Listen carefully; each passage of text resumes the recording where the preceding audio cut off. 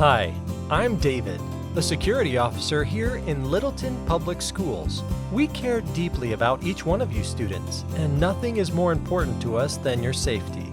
Did you know that schools are some of the safest places you can ever be on any given day? That's because your school works hard to protect you.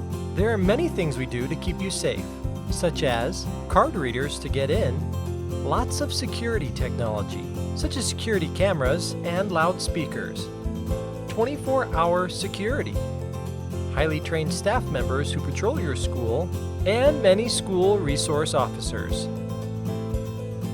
Beyond that, it's important that we all know what to do when the world around us isn't as safe as we need it to be.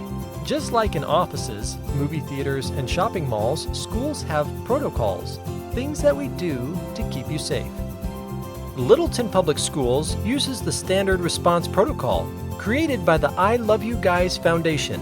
The Standard Response Protocol, or SRP, uses 5 basic safety actions: evacuate, shelter, hold, secure, and lockdown.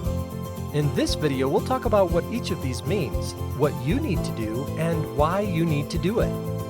The first response action is evacuate. Evacuate is called when there is a need to move people from one location to another. This may result in moving everyone outside the building away from a potential danger. For example, this might happen if there's a gas leak, a fire, a bomb threat, or a hazardous material spill. An announcement to evacuate might sound like, "Attention, all staff and students, please prepare to evacuate the building. Please prepare to evacuate the building and follow staff instructions." During evacuation, everyone inside the school, teachers, students, and visitors, will be told to leave the building and go outside. Students will go with their teachers. If you see someone who needs help getting out, help them as quickly as possible. Teachers will take attendance. You'll stay with your teacher until told it is safe to go back inside. The second protocol to keep you safe at school is shelter. This is when there's a weather-related or hazardous material concern outside of the school, and we want you to stay safe inside the building. We'll want you to be with your assigned teacher in your own classroom or designated shelter area. The announcement for shelter might sound like, "Attention, all staff and students, please move to your shelter location. Please move to your shelter location and follow staff instructions." This is what will happen when we shelter. Students and teachers will immediately go to their classroom or safe area they are assigned to at that time. All of the outside doors to the school are locked. Teachers will take attendance. Your school day might continue, but inside your classroom. Students and teachers will stay in their classroom or safe area until the shelter is over. Remember to listen carefully to your teacher's instructions. They will tell you when it's safe and the shelter is over. Then your school day will return to normal. You might be wondering, what do I do if I have an off period when a shelter is called? Go to the office. They will be able to help you know where you should go. What do I do if I'm outside and cannot get in? Go to the door and ring the buzzer to talk to someone in the office. What do I do if I'm in the bathroom or in the hallway? Go to your classroom or safe area as soon as you can. The next protocol to keep you safe at school is hold. This protocol occurs when there is a safety concern occurring in the hallways of the building, such as an altercation or medical emergency. During a hold, you may be asked to stay in your classroom or area and to clear the halls. You will continue business as usual inside the classroom. Here's how an announcement might sound for a hold.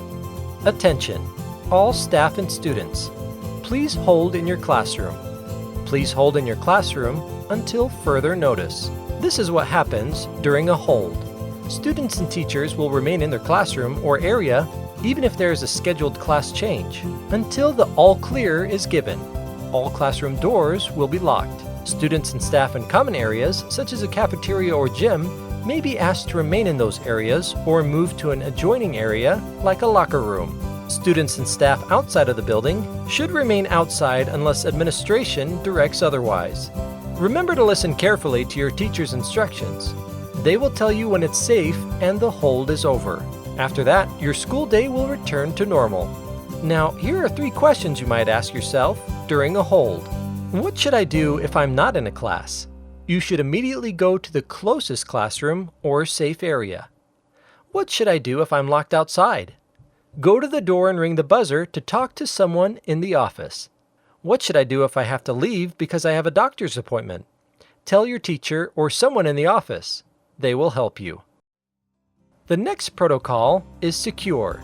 Your school might be placed into secure if there is a safety concern somewhere in the community nearby. Maybe there's a dangerous animal or the police are looking for someone. Whatever it is, remember it's not happening at your school, but it is close by. Because the safety concern is outside of the school, we want you to stay inside the school where you'll be very safe. An announcement for secure may sound like, "Attention, all staff and students. Secure. Please return to the inside of the building and lock outside doors." So this is what happens during secure. Teachers will move all students inside and you won't be able to go outside until we know it's safe. All of the outside doors to the school will be locked. No one will be able to enter or leave the school. Your teacher may close the blinds and take attendance. Your school day will continue as it normally does inside the building. Once the safety concern is gone, the secure will be over and you'll be able to go outside again. Now here are 2 questions you might ask yourself during secure. What should I do if I'm locked out? Well, go to the door and ring the buzzer and talk to someone in the office.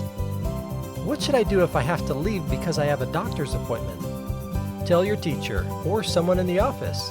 They will help you. The most important thing you can do is always listen to your teacher and do what they ask you to do. That brings us to the final safety protocol, lockdown. Your school will call a lockdown when someone dangerous is on your campus or inside of the school, and your safety is being threatened right now. This is what you might hear if there is a lockdown.